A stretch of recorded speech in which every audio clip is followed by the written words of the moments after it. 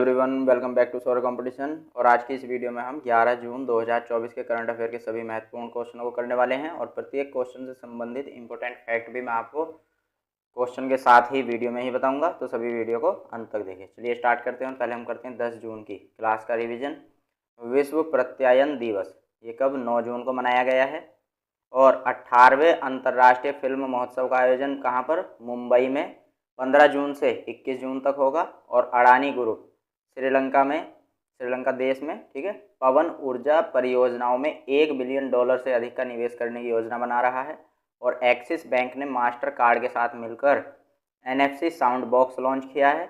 और बिसलरी, जो पानी की बोतल आती है बिसलरी, ठीक है, उसकी जो कंपनी है बिसलरी लेमोनाटा, इसने आदित्य रॉय को अपना पहला ब्रांड एम्बेसडर नियुक्त किया है। और हरियाणा राज्य की सरकार ने मुख्यमंत्री किसान एवं खेतीहर मजदूर जीवन सुरक्षा योजना पर आयु सीमा जो हो ये हटा दी है, यानी पहले जो भी आयु की सीमा लगी हुई थी अब वो हटा दी है। ठीक, नरेंद्र मोदी ने लगातार तीसरी बार भारत के प्रधानमंत्री के रूप में शपथ ली है।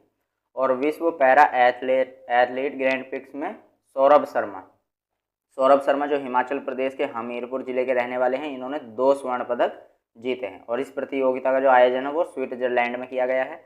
और भारत और कतर ने आर्थिक संबंधों को बढ़ावा देने के लिए पहली JTFI बैठक ये आयोजित की है। और इस बैठक का जो आयोजन है वो नई दिल्ली में किया गया है। और तंजानिया को यूरोपीय संघ संरक्षण अनुसंधान के लिए पात्र देशों की सूची से हटा दिया गया है।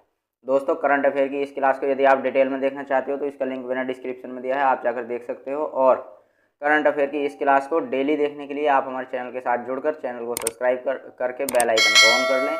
और अगर आपने अभी तक वीडियो को लाइक नहीं किया है तो लाइक बटन पर क्लिक करके वीडियो को अवश्य लाइक कर दें। चलिए बढ़ते हैं आज के करंट अफेयर के पहले क्वेश्चन पर।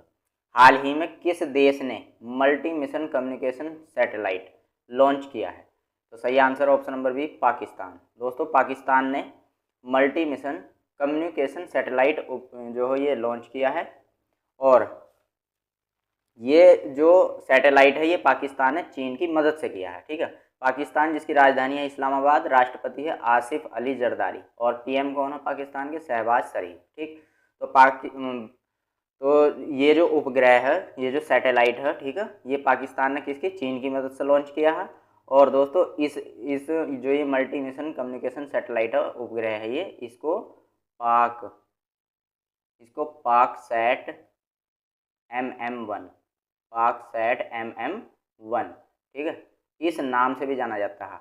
मतलब इसका नाम भी दिया गया है पाकसैट MM1, ठीक, मल्टी मिशन कम्युनिकेशन सैटेलाइट को। ठीक, और ये सैटेलाइट लॉन्च करने का उद्देश्य क्या है, ये जो सैटेलाइट है जिससे मतलब पाकिस्तान में तेज इंटरनेट कनेक्टिविटी हो, इसके लिए ये सैटेलाइट जो हो वो लॉन्च किया गया है। ठीक दोस्तों, भारत और पाकिस्तान के संबंधों के बीच में एक इम्पोर्टेंट क्वेश्चन बन जाता है कि भारत और पाकिस्तान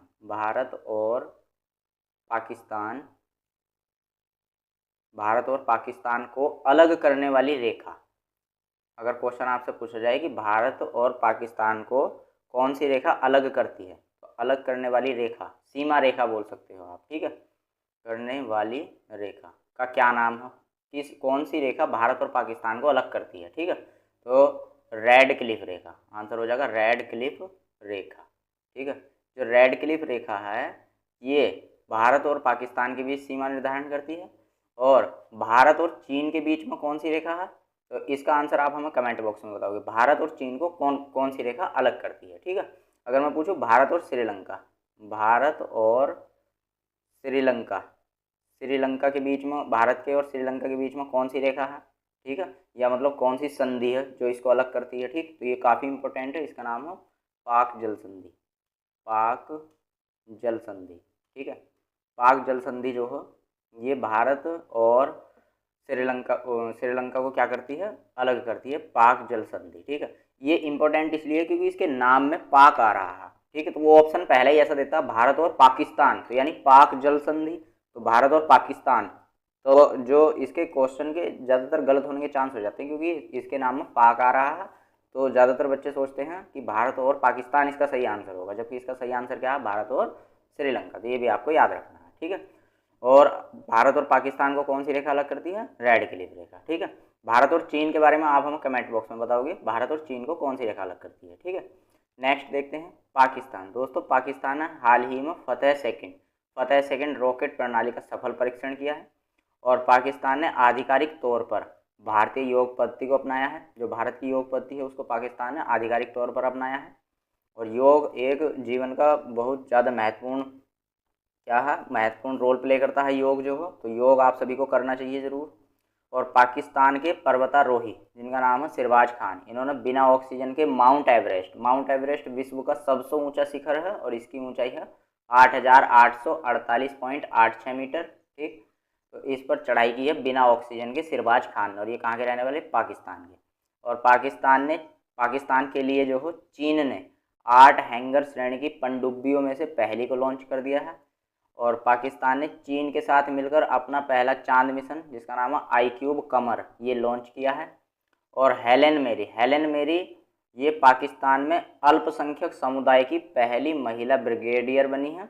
और हेलेन मेरी जो हो ये ईसाई समुदाय से ताल्लुक़ रखती हैं, ईसाई समुदाय की हैं, ठीक है, ईसाई समुदाय की। ठीक, तो ये सभी के सभी पॉइंट भी आपको याद रखने हैं। नेक्स्ट क्वेश्चन में बढ़ते हैं।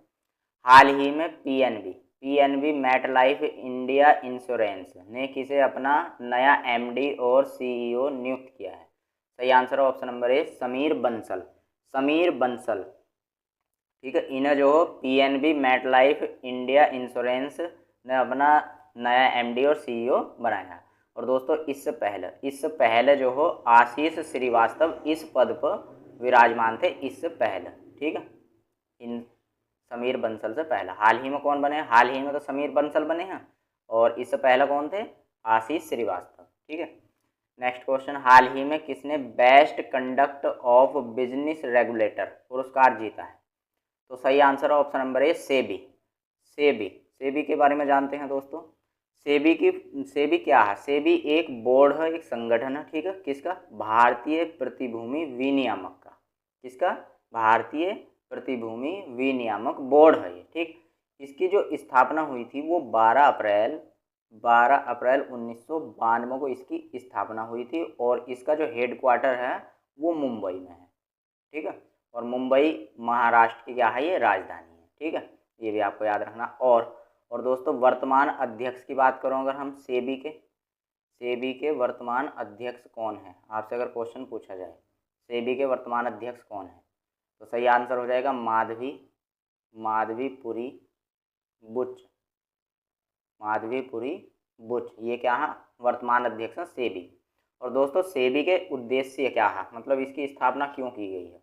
तो जो शेयर बाजार वगैरह होते हैं, ठीक है, शेयर बाजार हो गए, ठीक है, फंड हो गए, ठीक, तो भारतीय प्रतिभूति बाजार में ही आते हैं शेयर, म्यूचुअल फंड वगैरह जो होते हैं। ठीक, तो भारतीय प्रतिभूति बाजार की देखभाल करना और प्रतिभूतियों में निवेशकों के कल्याण की रक्षा करना। ठीक है, तो इन सभी के उद्देश्य से सेबी का क्या किया गया था? गठन किया गया था। ठीक, तो इसने best conduct of business regulator का पुरस्कार हाल ही में अभी जीता है। Next question. हाल ही में किस राज्य ने भारत की पहली खगोल पर्यटन पहल का अनावरण किया है? तो सही आंसर ऑप्शन नंबर ए उत्तराखंड राजधानी है देहरादून, सीएम है पुष्कर सिंह धामी, राज्यपाल है गुरमीत सिंह। दोस्तों उत्तराखंड के बारे में इम्पोर्टेंट क्वेश्चन, उत्तराखंड राज्य कब बना? उत्तराखंड राज्य का गठन कब हुआ? तो 9 नवंबर सन 2000 को उत्तर प्रदेश से काटकर, किस? यूपी से, उत्तर प्रदेश से काटकर जो हो भारत का 27वां राज्य बनाया गया था उत्तराखंड। इसका पहला नाम जो था वो उत्तरांचल था। ठीक है, उत्तरांचल के नाम से भारत का 27वां राज्य बनाया गया था उत्तर प्रदेश से काटकर। कब? 9 नवंबर सन 2000 को। ठीक है, वैसे नवंबर सन 2000 में 3 राज्यों का गठन हुआ था। 1 नवंबर 2000 को मध्य प्रदेश से काटकर छत्तीसगढ़ बनाया गया था। ठीक है, छत्तीसगढ़। ठीक, और ये बना था 26वां राज्य। ठीक है, और दोस्तों 15 नवंबर सन 2000 को क्या बनाया गया था? तो 15 नवंबर सन 2000 को बनाया गया था झारखंड, ये बिहार से काट कर बनाया गया था। ठीक है, झारखंड बनाया गया था, बिहार से काट कर बनाया गया था। ये भी आपको याद रखना है, इम्पोर्टेंट है। ठीक है, और दोस्तों ये जो खगोल पर्यटन है, ठीक है, तो उत्तराखंड की जो राजधानी है देहरादून, यहाँ पर है नक्षत्र सभा। क्या है? नक्षत्र सभा। ठीक, तो नक्षत्र सभा जो है देहरादून में, ठीक, नक्षत्र सभा देहरादून, इसी ने जो मतलब नक्षत्र सभा जो देहरादून है, इसी ने जो है इस खगोल पर्यटन का आयोजन किया है। कौन से खगोल पर्यटन का? भारत की पहली खगोल पर्यटन का, ठीक है, अनावरण किया। तो ये आपको याद रखना है। ठीक, नेक्स्ट देखते हैं। हाल ही में कौन सी कंपनी दुनिया की दूसरी सबसे मूल्यवान कंपनी बनी? हाल ही में कौन सी कंपनी दुनिया की दूसरी सबसे मूल्यवान कंपनी बनी है? तो सही answer option number D, Nvidia Corp. Nvidia Corp ये क्या है? ये सेमीकंडक्टर बनाने वाली एक अमेरिकी कंपनी है। कहाँ की? अमेरिका की कंपनी है जो सेमीकंडक्टर बनाती है। ठीक, और ये दुनिया की दूसरी सबसे मूल्यवान कंपनी बन चुकी है। ठीक, और किसको पीछे छोड़ा है इसने? अगर क्वेश्चन पूछा जाए किसको पीछे छोड़ा है, तो एप्पल कंपनी। जो एप्पल कंपनी है, ठीक है, जो आईफोन निर्माता है, माइक्रोसॉफ्ट वो सॉफ्टवेयर भी बनाती है ये, और आईफोन निर्माता है, ठीक है, एप्पल कंपनी। ये पहला क्या था? इसका दूसरा स्थान था दुनिया की सबसे मूल्यवान कंपनी में। ठीक, लेकिन अब कौन बन चुकी है? अब बन चुकी है एनवीडिया कॉर्प। ठीक, ये क्या करती है? ये सेमीकंडक्टर बनाती है। ठीक है, और ये अमेरिका की एक कंपनी। ठीक दोस्तों, ये तो दूसरी हो गई, और इसने पीछे छोड़ा किसको? एप्पल को। तो ये हो गई हमारी, एप्पल हो गई अब तीसरी मूल्यवान कंपनी। कौन सी? तीसरी मूल्यवान कंपनी। अब प्रश्न यहाँ पे ये उठता कि पहली कौन सी है? तो सही आंसर ऑप्शन नंबर सी। ठीक है, तो ये क्या है? ये पहली दुनिया की सबसे मूल्यवान कंपनी है। ठीक है, माइक्रोसॉफ्ट जो। तो ये भी आपको याद रखना है। नेक्स्ट, हाल ही में अंतर्राष्ट्रीय डिजिटल शिक्षक ओलंपियाड 2024 में किसने पहला स्थान प्राप्त किया है? सही आंसर है ऑप्शन नंबर ए, शिल्पी अग्रवाल। शिल्पी अग्रवाल ये लखनऊ के सिटी मॉन्टेसरी स्कूल की एक शिक्षिका हैं, और जो एक ये कार्यक्रम हुआ था अंतर्राष्ट्रीय डिजिटल शिक्षक ओलंपियाड, ठीक है, इसमें इन्होंने जो हो पहला स्थान प्राप्त किया है। ठीक है, और अगर बात की जाए इस कार्यक्रम में कितने शिक्षकों ने भाग लिया था? तो सही आंसर है 3300 शिक्षकों ने इस कार्यक्रम में भाग लिया था। ठीक है, तो ये भी आपको याद रखना है। नेक्स्ट, अंतर्राष्ट्रीय बुकर पुरस्कार 2024 ये जेनी अपेर्नबेक को मिला है। Oxford book store book cover पुरस्कार 2024 ये भावी मेहता ने जीता है। और गोल्डमैन पर्यावरण पुरस्कार 2024 ये आलोक शुक्ला को मिला है। लोरियस वर्ल्ड स्पोर्ट अवार्ड 2024 ये नोवाक जोकोविच को पांचवी बार मिला है। और world press photo of the year पुरस्कार 2024 ये मोहम्मद सलेम को मिला है। और ये पुरस्कार मोहम्मद सलेम को इनकी एक फ़ोटो के लिए दिया गया है, और इस फोटो में जो है इन्होंने एक फ़िलिस्तीन की महिला है, वो अपनी 5 वर्ष की भतीजी के शव को गोद में लिए हुए खड़ी है। तो उस फोटो के लिए मोहम्मद सलेम को world press photo of the year पुरस्कार 2024 से सम्मानित किया गया है। और नीदरलैंड के इरास्मस पुरस्कार 2024 से अमिताभ घोष को सम्मानित किया गया है। एबेल पुरस्कार 2024 जिसे गणित का नोबेल के नाम से भी जानते हैं, ये मिशेल टेलग्रैंड ने जीता है। नेक्स्ट क्वेश्चन, हाल ही में WLF का गोल्डन टिकट हासिल करने वाले पहले भारतीय कौन बने? पहली बार WLF क्या होता है? WLF होता है वर्ल्ड लीग ऑफ फाइटर। ठीक है, तो इसका गोल्डन टिकट हासिल करने वाले पहले भारतीय कौन बने हैं? सही आंसर ऑप्शन नंबर सी, सूर्य सागर जो एक भारतीय मय थाई फाइटर हैं। ठीक है, भारतीय मय थाई फाइटर हैं। ठीक, इन्होंने WLF का गोल्डन टिकट हासिल करने वाले ये पहले भारतीय बने हैं। दोस्तों, जो WLF world league of fighter हैं, इसके अगर अध्यक्ष पूछ लिए जाएं, ज़्यादा तो यहाँ से नहीं पूछा जाएगा, बस इसके अध्यक्ष आपको याद रखना है। इसके अध्यक्ष कौन है? राजेश बंगा, ये नाम आपको याद रखना है, ये इम्पोर्टेंट भी है। ठीक है, नेक्स्ट बढ़ते हैं। और दोस्तों, ये जो इवेंट था क्वालिफाइंग इवेंट, ठीक है, ये बैंकॉक के लुम्पिनी स्टेडियम में आयोजित किया गया है। ठीक है, ये जो क्वालिफाइंग इवेंट था ये बैंकॉक के लुम्पिनी स्टेडियम में आयोजित किया गया है। नेक्स्ट क्वेश्चन, हाल ही में नीति आयोग के निदेशक के रूप में किसे नियुक्त किया गया है? सही आंसर ऑप्शन नंबर ए, आशीष कुमार दास। इन्हें नीति आयोग के निदेशक के रूप में निदेशक के रूप में नियुक्त किया गया है। और आशीष कुमार दास जो हैं ये 2008 बैच के भारतीय व्यापार सेवा अधिकारी रह चुके हैं। ठीक, नेक्स्ट क्वेश्चन, नेक्स्ट देखते हैं इंपॉर्टेंट पॉइंट, वीवर्क के सीईओ के रूप में अनंत यार्डी को चुना गया है। इमैनुअल सोबेयरन ये विश्व पशु स्वास्थ्य संगठन की महानिदेशक नियुक्त हुई हैं। और बार्क ने डॉक्टर विक्रमजीत चौधरी को माप विज्ञान का प्रमुख नियुक्त किया है। और राष्ट्रीय इस्पात निगम लिमिटेड के संचालन निदेशक के रूप में सलीम जी पुरुषोत्तम को चुना गया है। और उच्चतम न्यायालय बार एसोसिएशन के अध्यक्ष के रूप में कपिल सिब्बल को चुना गया है। उच्चतम न्यायालय के जो मुख्य न्यायाधीश है इनको पूछा जाए तो ये हैं DY चंद्रचूड़, ये भी आपको याद रखना। और ये 50वें नंबर के हैं। DY चंद्रचूड़ यहाँ पर क्या है, ये धनंजय यशवंत चंद्रचूड़ इनका पूरा नाम है, उच्चतम न्यायालय के, ठीक है, सुप्रीम कोर्ट के। टाटा इलेक्ट्रॉनिक्स के अध्यक्ष के रूप में नटराजन चंद्रशेखर को नियुक्त किया गया है। और भारतीय नौसेना के चीफ ऑफ पर्सनल के रूप में संजय भल्ला को नियुक्त किया गया है। और रश्मिता झा को नेशनल थर्मल पावर कॉरपोरेशन का मुख्य सतर्कता अधिकारी CBO, ठीक है, ये नियुक्त किया गया है। और भारत सरकार ने रमेश बाबू वी को CERC सदस्य के रूप में नियुक्त किया है।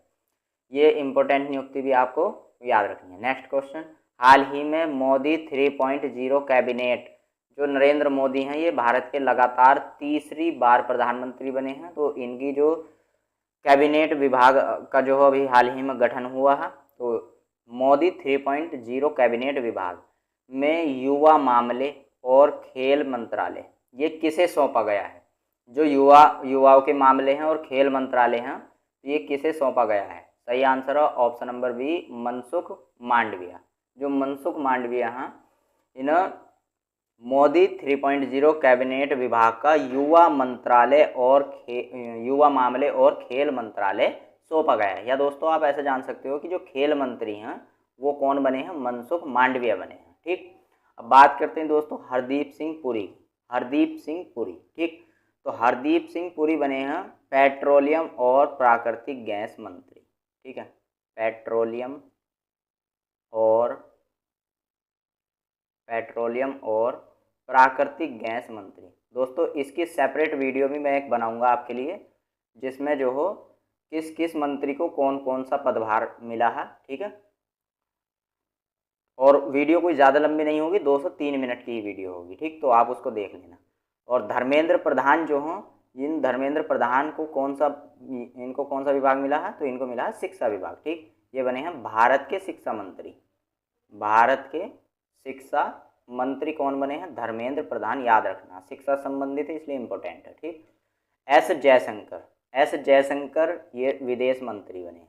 ये पहले भी विदेश मंत्री ही थे। ठीक है, विदेश मंत्री बने हैं ये। ठीक, तो ये सभी की सभी पदवी भी आपको याद रखनी है। नेक्स्ट क्वेश्चन, हाल ही में गेल ने किस राज्य में भारत की सबसे बड़ी 1500 KTA इथेन क्रैकर परियोजना स्थापित करने की योजना बनाई है? और भारत की सबसे बड़ी योजना है। ठीक है, तो सही आंसर है option number D, Madhya Pradesh, MP जो है मध्य प्रदेश, जिसकी राजधानी है भोपाल। ठीक, तो मध्य प्रदेश का एक जिला है, मध्य प्रदेश का क्या है? एक जिला, डिस्ट्रिक्ट है, जिसका नाम है क्या? सीहोर। ठीक है, सीहोर नाम से एक जिला है। और सीहोर में ही पड़ता है आष्टा शहर। ठीक है, आष्टा शहर, नगर बोल सकते हो आप। ठीक, तो इसी आष्टा में जो हो ये परियोजना बनाई जा रही है। ठीक है, और दोस्तों जेल क्या है यहाँ पर? ये गैल जो हो इसका मतलब है यहाँ पर gas authority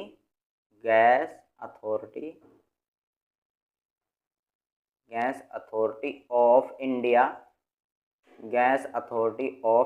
limited. Gas authority of India limited इसकी क्या है? गेल की फुल फॉर्म है। ठीक है, और दोस्तों गेल इसकी स्थापना कब हुई थी? इसकी स्थापना की अगर बात की जाए तो इसकी स्थापना हुई थी अगस्त 1984 में। अगस्त 1984 में स्थापना हुई थी गेल की। फुल फॉर्म है gas authority of India limited. ठीक है, और ये जो परियोजना है ये मध्य प्रदेश के ज़िले सीहोर के आष्टा शहर में इस परियोजना का ये जो परियोजना है ये की स्थापित की जाएगी। ठीक, तो दोस्तों थैंक्स फॉर वॉचिंग, और वीडियो में हमारे द्वारा दी गई जानकारी आपको कैसी लगी हमें कमेंट बॉक्स में ज़रूर बताएं, और करंट अफेयर की इस क्लास को डेली देखने के लिए वीडियो को लाइक और चैनल को सब्सक्राइब करना ना भूलें। धन्यवाद।